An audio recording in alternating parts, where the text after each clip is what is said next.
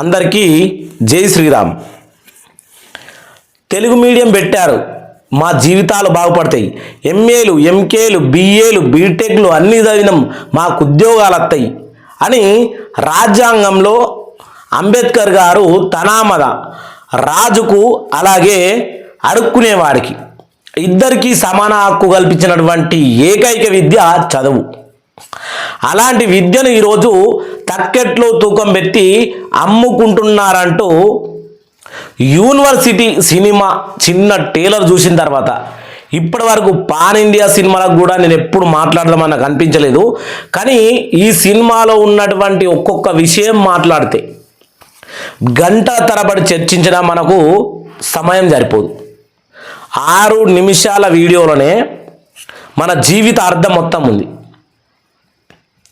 మొత్తం ఏదైతే English medium చదువుకున్న వాళ్ళు ఆకాశానికి, తెలుగు మీడియం చదువుకున్న వాళ్ళు అతాపాతాలానికి. ఎందుకండి చదువులో తేడా? అదే అంబేద్కర్ గారు చెప్పిందేమో అందరికీ విద్యలో సమానం హక్కు. కానీ ప్రైవేట్ స్కూల్లో A grade, B grade, C grade, D grade. నిజంగా ఇది ఉందా అంటే ఉంది.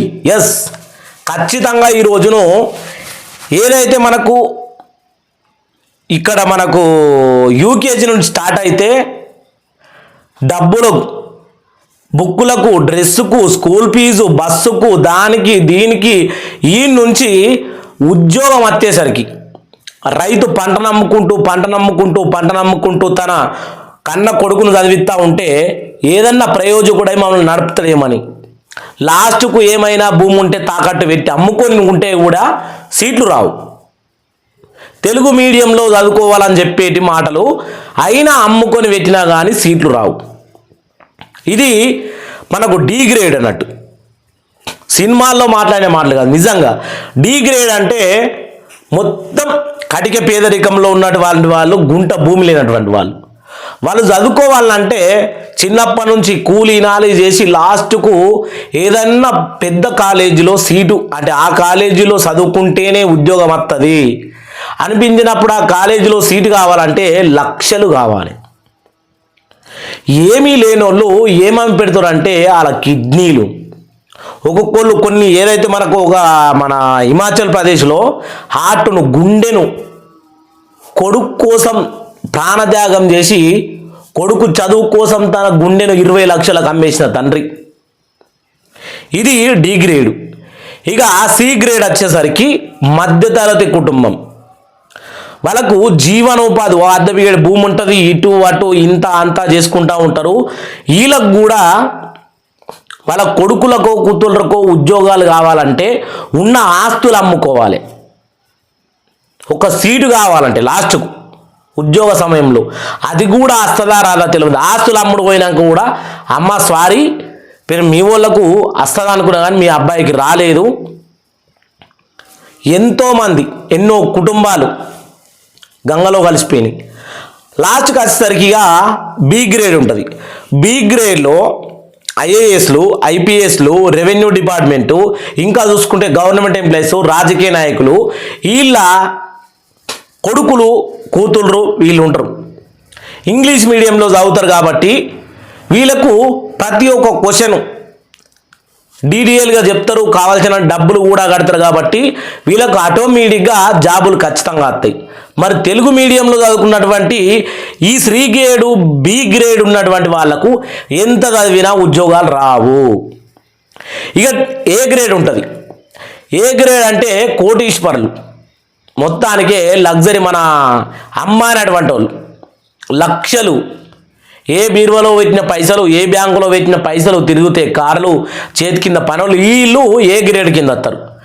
వీళ్ళ కొడుకులు ఐఏఎస్, ఐపీఎస్, యూపీఎస్ ఇంకా కావాలంటే ఇంకా పెద్ద స్థాయిలో ఉంటారు. మరి మనోళ్ళు ఏమవుతున్నారా నాయన అంటే మన పేద బడుగు బలహీన వర్గాల బిడ్డలు ఈరోజు తెలుగు మీడియం, ఇంగ్లీష్ మీడియం అనే తూకం పెట్టి ఇంగ్లీష్ మీడియం తూకంలో ఇలా ఉండేసరికి వాళ్ళు ఇంగ్లీష్ మీడియం తూకంలో ఐఏఎస్లు, ఐపీఎస్లు, ఎంఆర్ఓలు కావాలంటే ఇంకా చూసుకుంటే పెద్ద ఎత్తున అన్ని జాబులలో రెవెన్యూ డిపార్ట్మెంట్లో కాడ పెద్ద పెద్ద జాబుల్లో వాళ్ళే ఉంటారు.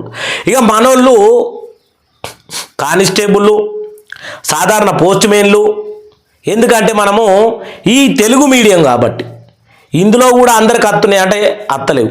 ఇంకా కొంతమంది ఇది ఏదంటే మనకు ఆర్ నారాయణ గారి ఆర్ నారాయణ గారు అంటే నాకు చాలా ఇష్టం. ఎందుకంటే ఆయన కాస్తులు లేవు, సమాజం మీద ఉన్న ప్రేమ ఆయన జీవితం మీద ఎప్పుడు అంటే తన గురించి తాను ఎప్పుడు ఆలోచించుకోలే. ఆర్ నారాయణమూర్తి గారి నేను కృష్ణానగర్లో ఉన్నప్పుడు డైరెక్ట్గా చూసి ఆయన నడుచుకుంటూ వెళ్ళే మహానుభావుడు.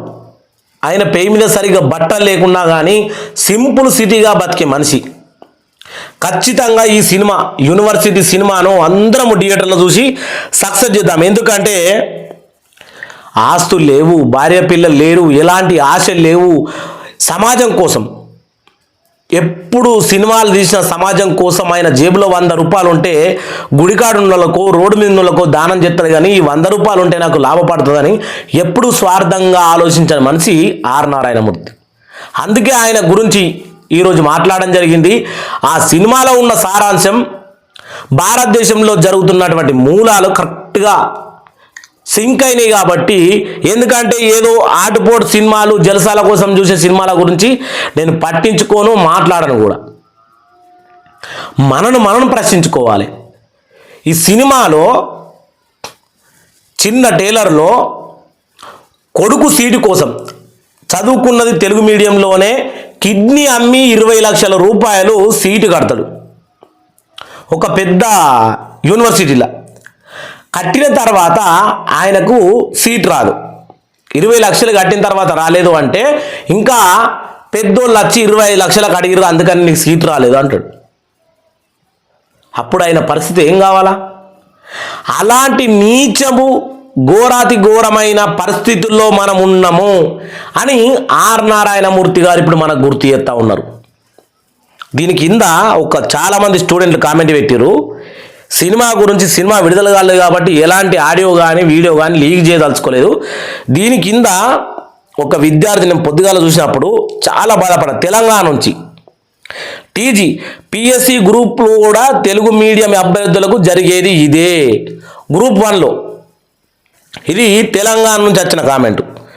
ఇంకోటి ఇగో సివిల్స్లో గ్రూప్ 1లో తెలుగు మీడియం వాళ్ళకి నిజంగా ఇలాగే అన్యాయం జరుగుతుంది. ఇందులో ఒక విద్యార్థిని తెలుగు మీడియంలో చదువుకొని ఇంగ్లీష్ మీడియం వాళ్ళతో పోటీ పడలేక ఏదో చిన్న ఉద్యోగం వచ్చింది. అంటే ఇంగ్లీష్ మీడియంలో చదువుకున్న వాళ్ళకు ఏం జరుగుతూ ఉన్నది, తెలుగు మీడియంలో జరుగుతున్నది ఏం జరుగుతూ ఉన్నది. ఇప్పుడు సమాజంలో జరుగుతున్నటువంటి విషయాల గురించి మాట్లాడుకుంటే ఒక ఎమ్మెల్యే ఉంటాడు. ఏది మన ప్రజలకు ఏదన్నా సంక్షేమ పథకాల గురించి దాని గురించి వచ్చినప్పుడు మాట్లాడడానికి ఎమ్మెల్యే కానీ మినిస్టర్లు వస్తారు.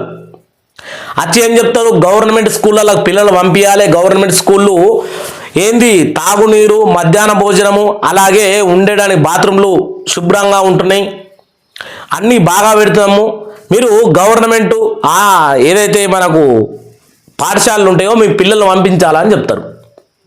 కానీ అదే ఎమ్మెల్యేకు అదే మినిస్టర్కు ప్రైవేటు కాలేజ్ ఉంటుంది, ప్రైవేటు స్కూళ్ళు ఉంటాయి, మొత్తం చదువు బిజినెస్. చదువు అంటే వ్యాపారం, తూకంలో పెట్టి లక్షలు ఒక్కొక్క సీటు కొనాలంటే. ఆ మినిస్టరు ఆ ఎమ్మెల్యే కాలేజీలో చదివితేనే ఉద్యోగం వస్తుంది అనేంత మైండ్ ఫిక్స్ చేసారు ఈరోజు ప్రజలకు. మరి మీరెందుకు చెప్తారు గవర్నమెంట్ స్కూళ్ళలో చదువుకోమని? మీ ఎవరైతే ఎమ్మెల్యేలు అంటే ప్రజాప్రతినిధులు, ఎమ్మెల్యేలు కానీ, ఎంపీలు కానీ, మినిస్టర్లు కానీ, సీఎంలు కానీ, పిఎంలు కానీ,